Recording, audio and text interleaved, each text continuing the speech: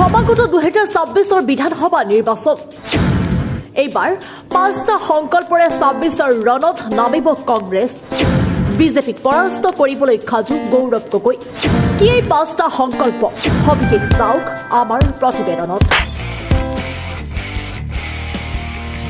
সমাগত 2026 বিধানসভা নিৰ্বাচন ৰাজ্যৰ প্ৰান্তে প্ৰান্তে বলিছে নিৰ্বাচনী বঁটা সাজু হৈছে শাসক বিৰোধী দল সমান্তৰালকৈ ভাৰতীয় জাতীয় কংগ্ৰেছেও আৰম্ভ কৰিছে নিৰ্বাচনী তৎপৰতা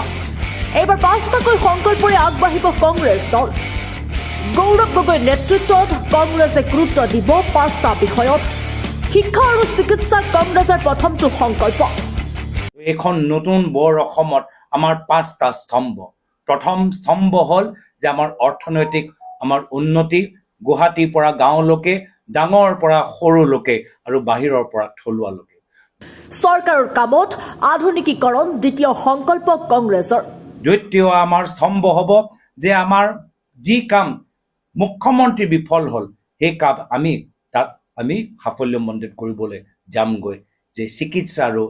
আৰু শিক্ষাৰ ক্ষেত্ৰত অসমখন ভাৰতৰ 5টা শীৰ্ষ ৰাজ্যৰ ভিতৰত লৈ যোৱা কংগ্ৰেছৰ তৃতীয় সংকল্প হৈছে অৰ্থনৈতিক পৰিৱৰ্তন আমাৰ হ'ল যে যুৱকসকলৰ মাজত এটা সক্ৰিয় মানসিকতা সৃষ্টি কৰা অপৰাধ নিয়ন্ত্ৰণ হৈছে চতুৰ্থ সংকল্প চতুৰ্থ হ'ল যে আধুনিক আমাৰ চৰকাৰী এটা পৰিস্থিতি বা পৰিৱেশ সৃষ্টি কৰা আৰু শেষৰটো অৰ্থাৎ পঞ্চম সংকল্প হৈছে যুৱকসকলক লৈ আৰু পঞ্চম হ'ল যে আমাৰ মডাৰ্ণ পুলিচ মডাৰ্ণ আৰক্ষী বিষয়াসকলক আমি তেনেদৰে এটা তৈয়াৰ কৰিব বুলি নৱবৰ্ষতে আনুষ্ঠানিকভাৱে